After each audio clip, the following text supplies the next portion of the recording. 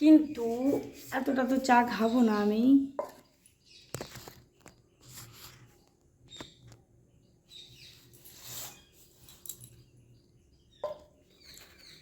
যতটুকু পারি খাই দিয়ে ফেলে দেবো, বুঝলে?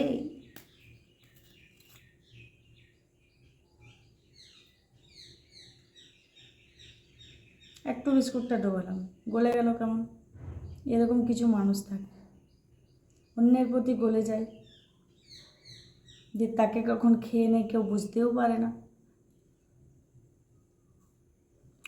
এই যেমন আমি বিস্কুটটা খেলাম এখন।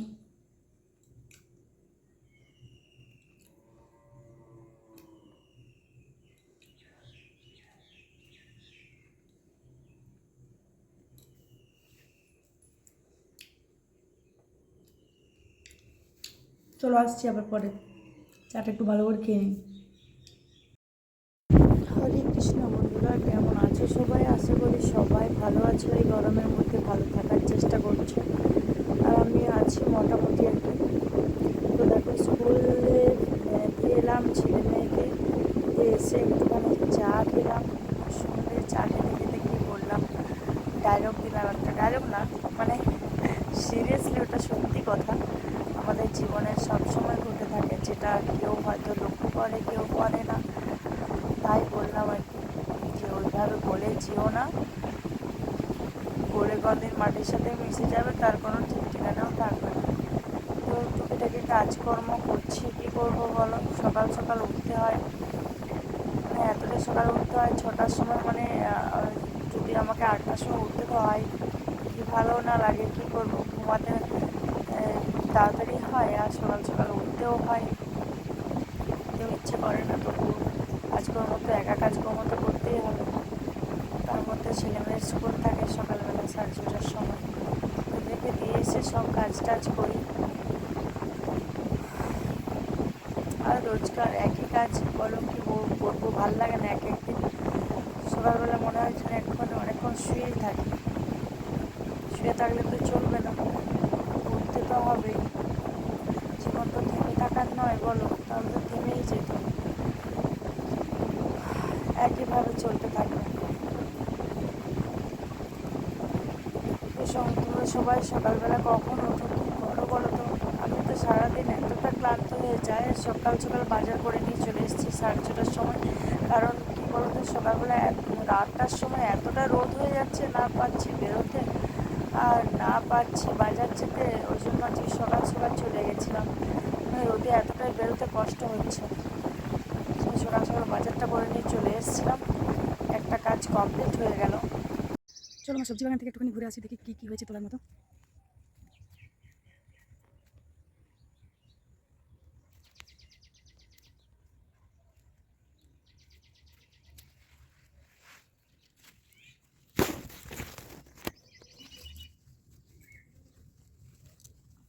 কত কি সবজি লাগিয়েছি জানো, এই দেখো টপাক করে একটা বেগুন তুলে দিই, উচ্ছেগুলো তুলেছি, বাড়িতে আছে, তারপর আবার দেখতে এলাম যার কী কী ঠিকঠাক আছে কিনা। আরও কিছু কিছু আছে, অনেকগুলো ধরেছে, বাট ছোটো ছোটো আছে ওগুলো। কিন্তু কী বলতো, এই গ্রীষ্মকালে গাছ বাঁচিয়ে রাখা খুবই মুশকিলের, একদিন ছাড়া ছাড়া রোজ এতটা পরিমাণে জল দিতে হয়, অনেকটাই কষ্ট করতে হয় গাছগুলোর পিছনে। কিন্তু তুলতে যেমন মজা লাগে, কষ্টটা গায়ে লাগে না অতটা, আনন্দের কাছে কষ্টটা কিছুই মনে হয় না। ওরে বাবারে কি গরম, গরমে জীবন যায় যায়।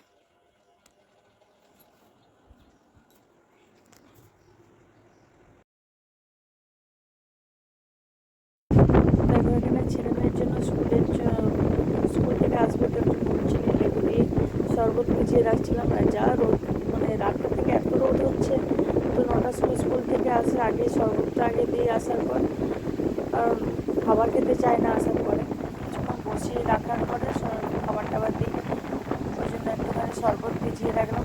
এবার যাবো ওদেরকে স্কুল থেকে আনতে।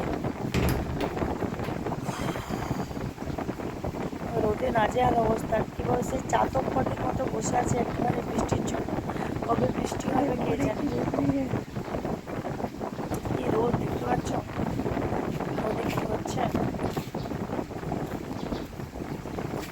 মানুষকে 1 ঘন্টায় শুকিয়ে ফেলবে, কেটে কেটে ফেলে দিলে শুকিয়ে পড়বে।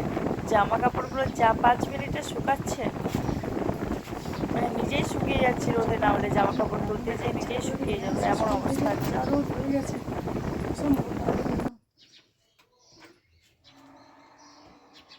এসে দেখাচ্ছে। এসে নিয়ে এলাম ছেলেকে, একটু নুন চিনি জল খাইয়ে দিলাম, একটু দেখো আমার রান্না কমপ্লিট। কি অবস্থা হয়েছে গরমের মধ্যে রান্না করে, মনে হয় যেন রান্নাঘর থেকে কখন বেরোয়। এত গরমের মধ্যে রান্না করাটা খুবই ডিফিকাল্ট। তো আজকে শেয়ার করি তোমাদের সাথে কিছু রান্না, কি কি বানিয়েছি একটু দেখো। দেখো এখানে আছে চিকেন কষা। চিকেনটা করার একদমই ইচ্ছে ছিল না, বাট ভাই নিয়ে এলো যখন করে দিতে হলো বলো, তাই চিকেন কষা আছে, আমের চাটনি আছে, শাক ভাজা আছে, লাউয়ের তরকারি আছে, আর পাতলা করে মুসুর ডাল আছে।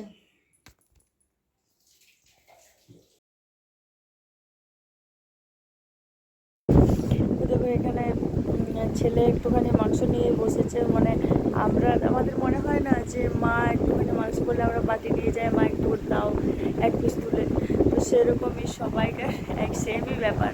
আমার ছেলে আমাকে মাংস হলে গিয়ে আগে বলবে মা একটা দাও, তারপর নিয়ে এসে বসে খাবে। তো সেরকমই নিয়ে এসেছিলো, এসে বসে খাচ্ছিল, তো বসে বসে কিছু গল্প করছিল আমার সাথে।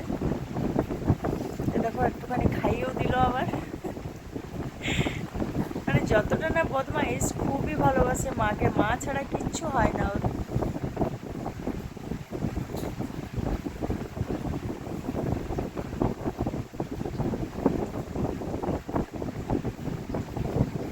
আমি নিজের হাতে বানিয়েছিলাম টক দই, খেতে তো খুবই সুন্দর লাগছিল, খেতে টেস্টি।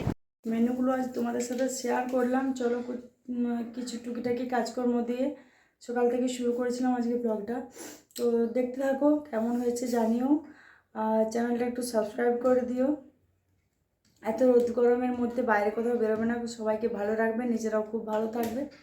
টাটা, আজকের মতো পরে ব্লগ নিয়ে পরের দিন দেখা হচ্ছে।